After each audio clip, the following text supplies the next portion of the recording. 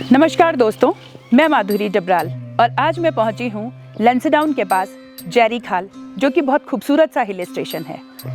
आज जेरी खाल में मैं आपको 100 इयर्स हेरिटेज होम स्टे के जो ओनर हैं संदीप रावत जी, उनसे मिलवाने के लिए लाई हूँ। स्पेशली इसलिए कह रही हूँ क्योंकि हमारे उत्तराखंड में अक्सर बात होती है माइग्रेशन की, और बात आई थी कि लॉकडाउन के बाद हमारे यहाँ कुछ रिवर्स माइग्रेशन हुआ है। लेकिन अगर आज मैं देखूं तो जैसे ही लॉकडाउन पीरियड ख़त्म हुआ, लोग वापस से वही दिल्ली, वही बॉम्बे और वही पहुंच गए सारे मेट्रोज़ में। लेकिन कुछ ऐसी कहानियां होती हैं जो कि हमें एक नसीहत देती हैं, एक एग्जाम्पल सेट करती हैं, और उन्हीं में से एक है 100 इयर्स हेरिटेज होम स्टे की। तो आइए मिलते हैं संदीप रावत जी से और जानते हैं उनके इस सफ़र के बारे में, जो कि 100 इयर्स हेरिटेज होम स्टे की तरह खड़ा है। मेरे बैकग्राउंड में आपको देख भी रहा होगा। आप सभी का नमस्कार। मेरा नाम संदीप रावत है। मैं जेरी खाल का रहने वाला हूँ। मेरी जो कहानी यहाँ पर जो है वो अपनी 100 ईयर हेरिटेज होम स्टे को लेकर के है, जिसे कि मैंने आपके लॉकडाउन के बाद से बनाना स्टार्ट किया था।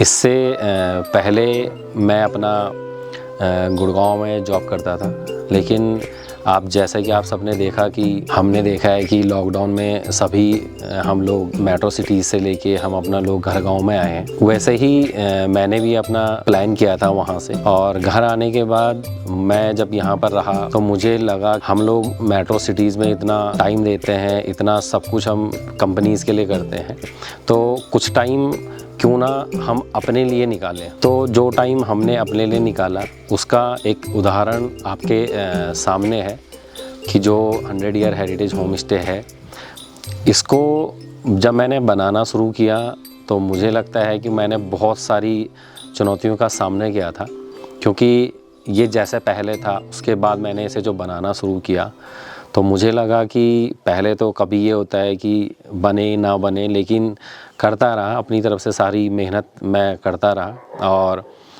आज मैं इसे चलाते चलाते मुझे तकरीबन 2 साल हो चुके हैं। मेरे जितने भी यहाँ पर गेस्ट आते हैं, अतिथि जो भी आते हैं, सभी बहुत खुश होते हैं कि कहते हैं कि संदीप जी आपने जो ये बनाया है ये अब हमको देखने को नहीं मिलता है, क्योंकि वो लोग सारा अपना जो भी इसको बनाने में, जैसे गोबर, मिट्टी है, पत्थर है, हमारा लकड़ी का यूज हुआ है, लेकिन वो चीज़ें अब सब छोड़ चुके हैं। मैं यहाँ पर अपनी वाइफ, अपने बच्चों के साथ में इसे चलाता हूँ। तो इसे जैसे हम लोग अपनी किचन चलाते हैं तो उसमें हम सब अपना खेत का अपना यूज करते हैं, प्रोडक्ट कुछ भी रहता है, जैसे हम धनिया है, हमारे मिर्च वगैरह है, हमारा अपना लहसुन वगैरह है, तो वो सब कुछ हमारा अपने ही खेत से प्रोड्यूस होता रहता है। इसको बनाने में मैंने अपना पर्यटन विभाग से, जैसे एक वीरचंद सिंह गढ़वाली पंडित दीनदयाल उपाध्याय की जो स्कीम आई थी उसके तहत मैंने उसे बनाया, तो पर्यटन विभाग ने भी काफ़ी इसमें मुझे सपोर्ट किया है। 100 साल पुरानी एक प्रॉपर्टी को होम स्टे में कन्वर्ट करने के बाद संदीप रावत जी ने एक बड़ा अनूठा कदम लिया, जो कि बहुत कम देखने को मिलता है। उनके बच्चे, उनकी वाइफ और पूरी फैमिली उनकी कोटद्वार और गुड़गांव में रहती थी उनके साथ ही, लेकिन जब उन्होंने होम स्टे यहाँ पर स्टार्ट किया तो अपनी पूरी फैमिली को यहाँ पर ले आए, अपने बच्चों को यहीं नज़दीक स्कूल में एडमिशन दिलवाया। उनकी वाइफ आज उनके साथ कंधे से कंधा मिलाकर उनके होम स्टे में उनको सपोर्ट कर रही हैं। दोनों अपने गेस्ट को बहुत अच्छे से होस्ट करते हैं, घर का बना खाना देते हैं। जो उनकी क्यारियां हैं, यहाँ पर किचन गार्डन भी उन्होंने अपना एक बनाया है, चाहे पुदीना हो, प्याज हो, कद्दू हो, पालक हो, मूली हो, सभी तरह की सब्जियां यहाँ पर उगाकर अपने गेस्ट को वो पूरा प्रॉपर यहाँ पे ऑर्गेनिक फूड प्रोवाइड करते हैं, और इस काम में हर वक्त उनकी मदद करती हैं उनकी धर्मपत्नी। मेरे इस होम स्टे में 5 कमरे हैं। सारे ही कमरे जो हैं अपने गोबर मिट्टी की लिपाई से बने हुए हैं, जिनमें कि आप देखेंगे कि हमारे पुराने टाइम के लकड़ी, पत्थर सब कुछ यूज हुआ है। सारे कमरे आपके अटैच्ड वॉशरूम रहेंगे। आपको सारी कमरों में मॉडर्न फैसिलिटीज़ मिलेंगी कि जो आपको आज के आधुनिक युग में चाहिए होती हैं। कमरे सारे के सारे खुले एरीदार रहेंगे कि जिनमें आप आते हैं तो आपको अपनी पुरानी यादें ताज़ा आएंगी। इसके अलावा अगर मैं अपनी किचन की बात करूं तो हम लोग अपने किचन में जो अपने अतिथि को हम खाना देते हैं वो हमारा खाना अपना खेत से ही उगाया हुआ रहता है।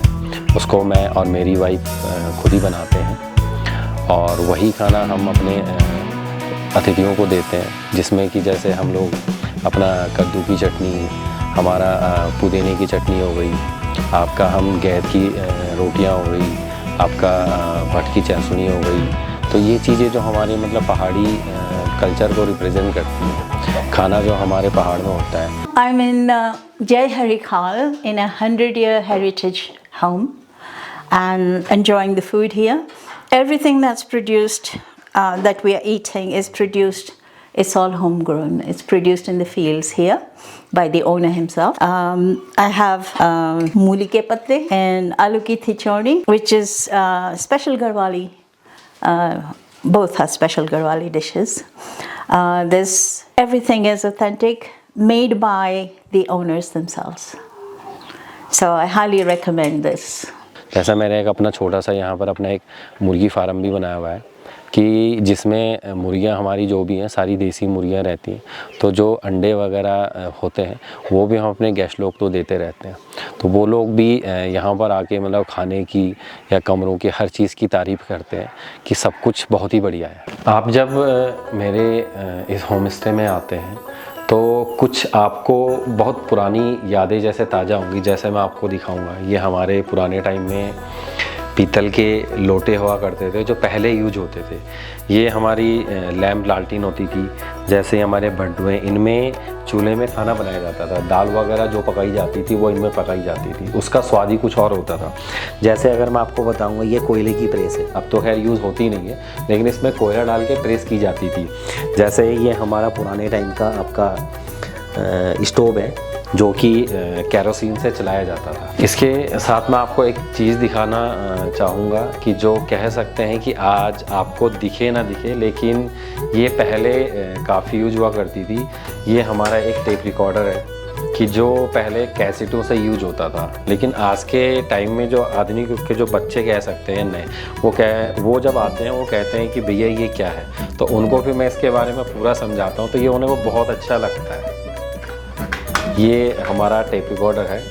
ये मैं मानता हूँ कि ये मेरी उम्र से बड़ा होगा, ये 40-45 साल से भी ज़्यादा बड़ा है। और मैं अपनी अगर उम्र बताऊँ तो मैं 34 साल का हूँ इस समय पे, तो ये मेरी उम्र से भी 10-11 साल बड़ा है इस समय। मैं ये बताना चाहूँगा, जो ये दीवार आपको दिख रही है, ये गोबर मिट्टी के साथ में दीवार है।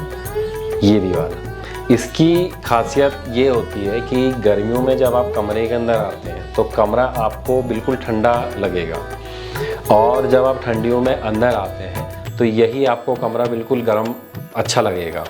इसके साथ में देखिए आपको एक ये बटन दिखाना चाहूँगा कि ये बटन कह सकते हैं कि अपने टाइम में अब ये बटन मिलते नहीं हैं, लेकिन ये बटन मैंने कैसे मंगाए हैं वो मुझे पता है कि मैंने कहाँ से मंगाए, कैसे मंगाए, कि काफ़ी खोजबीन करने के बाद मुझे ये बटन मिले कि जो अब दिखते नहीं हैं। ये बहुत रेयर चीज़ें हो गई हैं आज की डेट पे। मैं जैसे ये दिखाना चाहूँगा, ये हुक्का है, इसे हम लोग फरसी बोलते थे। तो ये आई थिंक दादाजी या दादाजी से भी पहले परदादाजी थे, उनके ये टाइम का होगा। ये 40-50 साल से ज़्यादा पुराना है। इसके साथ मैं आपको नीचे थोड़ा दिखाना चाहूँगा कि ये पहले आग जलाने के लिए होता था, और इसके अंदर जो मैंने रखी हुई है ये हमारे पानी भरने का होता था। इसमें हम लोग जैसे पानी भरते थे, तो ये पुराने टाइम में यूज होता था। इसके अलावा जैसे मैं एक ये फ़ोन दिखाना चाहूँगा आपको, ये फ़ोन है, ये अब यूज़ नहीं होते, ये लैंडलाइन फ़ोन आते हैं। तो ये रखे हुए हैं मैंने अपने पास, की आते हैं कोई भी अतिथि आते हैं तो पुरानी चीज़ें दिखती है उनको, तो खुश होते हैं इन चीज़ों को देखकर। आइए मैं आपको अपने एक होम स्टे का बहुत प्यारा कमरा दिखाना चाहूँगा। आइए, ये मेरे होम स्टे का सबसे जो मुझे प्यारा कमरा लगता है वो कमरा है। मेरे साथ साथ ये जितने भी जो हमारे अतिथि आते हैं उनको भी ये बहुत प्यारा लगता है। आप देख सकते हैं पूरा रूम, और इसमें मैं ये दिखाना चाहूँगा, ये हमारा इसमें अटैच्ड वॉशरूम होता है। और इस रूम का जो सबसे मज़ेदार पार्ट है वो मैं आपको दिखाऊंगा। ये आपको सीढ़ियाँ दिख रही होंगी, आइए। इस सीढ़ी में आइए मैं आपको इसका सबसे प्यारा पार्ट दिखाता हूँ।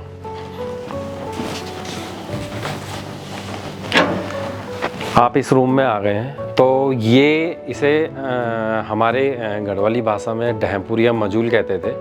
आप देख सकते हैं कि ये हमारा कमरे के अंदर कमरा है और मेरी हाइट 6 फुट की है। तो जैसा कि मैंने आपको बताया कि इसे हमारे पुराने गढ़वाली भाषा में डहमपुरिया मजूल बोलते थे। आप देख सकते हैं कि यहाँ पर भी पूरा का पूरा एक डबल बेड लगा हुआ है। सामने पर्दे हमारे जो खिड़कियाँ वगैरह लगी हुई हैं। आप देख सकते हैं कि गर्मियों के लिए ये कमरा बहुत ही प्यारा रहता है, हवादार कह सकते हैं आप इसे। जैसे कि ये कमरा मेरा जो है हवा महल रहता है ये कमरा मेरा। तो अभी मैं इसे आगे बना रहा हूँ और आप लोगों की दुआ रहेगी तो आगे भी ये चलता रहेगा और बढ़ाता रहूँगा इस काम को। धन्यवाद। तो दोस्तों, ये थी 100 इयर्स हेरिटेज होमस्टे की पूरी स्टोरी। मुझे आशा है कि आप लोगों को ये स्टोरी अवश्य पसंद भी आई होगी और कई लोग इससे प्रेरित भी हुए होंगे और कुछ ऐसा अपना स्टार्टअप करने की सोचेंगे भी। आज जब हम इस हेरिटेज होमस्टे में आए हैं तो यहाँ का भोजन, यहाँ का जो मैंने देखा है पूरा एम्बियंस बहुत अच्छा है और आप लोग भी ज़रूर आइए। डिस्क्रिप्शन में हम संदीप रावत जी का नंबर दे देंगे, आप डायरेक्टली उनको कॉल कर सकते हैं, कॉन्टैक्ट कर सकते हैं और कोई भी इन्फॉर्मेशन इसके रिगार्डिंग चाहिए हो तो आप उनसे ले सकते हैं। तो संदीप रावत जी, हमारे साथ जुड़ने का आपका बहुत बहुत धन्यवाद। और आप लोग, जैसा कि आप हमेशा से हमें आपका प्यार मिलता रहा है, आगे भी मिलता रहेगा, इसी आशा और उम्मीद के साथ आप सब लोगों को बहुत बहुत धन्यवाद।